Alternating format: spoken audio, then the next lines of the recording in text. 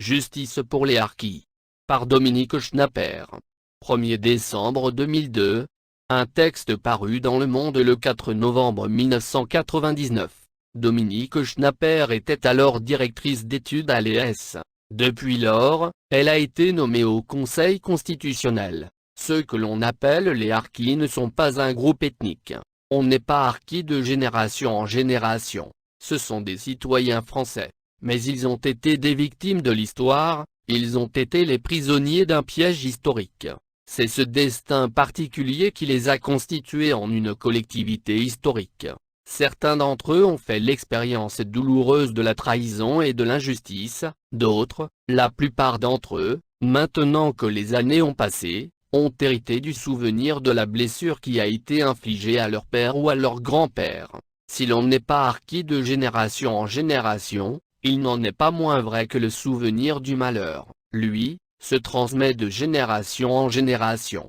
Or, que nous apprennent les travaux de Mohanda Moumou, qui fut mon étudiant et dont les travaux m'ont sensibilisé au drame des harkis, et d'autres travaux historiques, que le choix en faveur de la France au cours de la guerre d'indépendance, qui fut aussi une guerre civile, fut souvent lié à l'adhésion à la France et aux droits de l'homme, parfois au hasard de la guerre et des liens familiaux, parfois au refus du terrorisme du FLN. La vérité n'est jamais simple, mais, supplétifs recrutés par l'armée ou cadres de l'administration coloniale, tous sont devenus des victimes, constituées en collectivité historique par ce destin tragique. Ce que nous apprennent aussi les travaux des historiens, c'est que le chef de l'État ne s'embarrassait pas de considérations morales.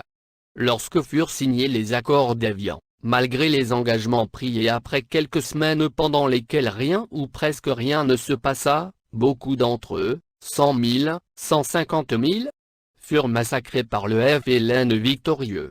Les autorités militaires avaient reçu de Paris l'ordre de ne pas intervenir.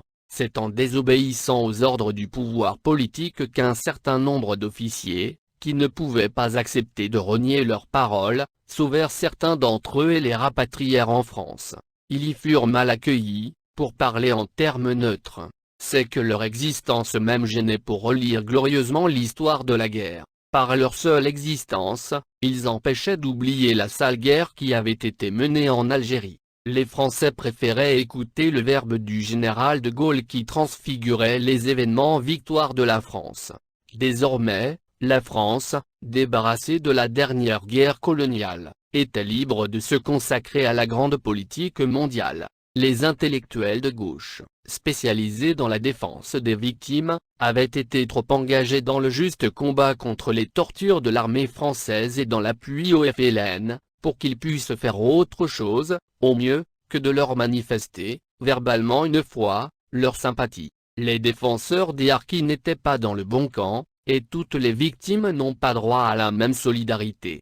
L'installation de la majorité des familles dans des camps ne faisait qu'illustrer le refus de la France d'assumer son passé colonial. Quant au FLN, dans l'Algérie indépendante, il racontait son histoire sur le modèle de la résistance française au nazisme et il attribuait une fois pour toutes le rôle de collaborateur aux harkis. Le FLN, d'un côté, la France gaulliste de 1962, de l'autre, ont donc gagné aux dépens des harkis la bataille de la mémoire, comme les communistes et les gaullistes avaient gagné en 1945 la bataille de la mémoire de la résistance aux dépens des victimes non communistes des déportations.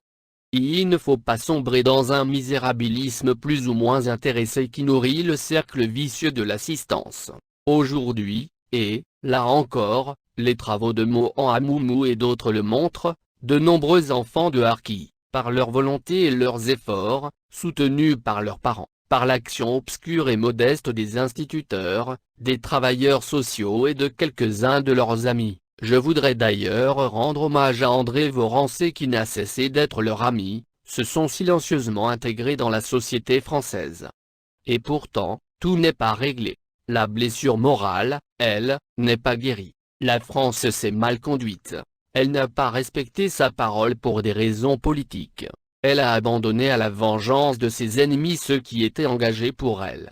Elle n'a pas su accueillir sur son territoire ceux qu'elle avait recrutés pour mener la guerre. Elle n'a pas su reconnaître que, Patriotes et victimes, les harkis devaient être d'abord pleinement reconnus comme citoyens.